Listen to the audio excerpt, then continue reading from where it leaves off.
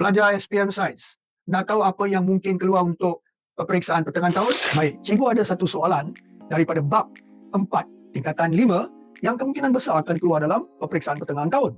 Soalan ini adalah tentang mengira kadar tindak balas, di mana selalu murid-murid keliru bagaimana nak kira dengan menggunakan graf yang diberikan. Jom tengok graf yang ditunjukkan di sini.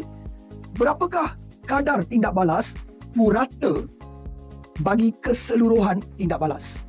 Cara nak kira kadar tindak balas purata, apa yang kita kena buat adalah kamu kena ambil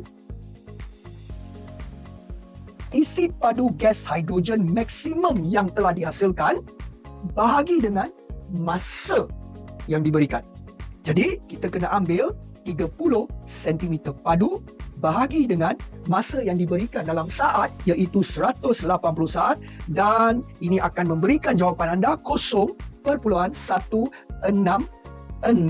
iaitu kalau kamu bulatkan dia kepada 3 tempat perpuluhan, jawapannya adalah B.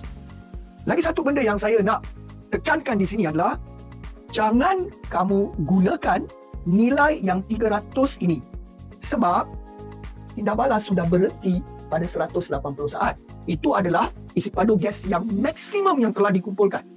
Maksudnya tindak balas dah habis. Jadi jangan kamu gunakan nilai 300 di sini. Ini kamu tidak boleh pakai. Boleh kan? Jadi cikgu harap kamu semua boleh faham, dan untuk mengetahui lebih banyak soalan yang boleh keluar untuk midterm exam dan juga untuk SPM kamu, sila masuk kelas saya di Star Tutor Online.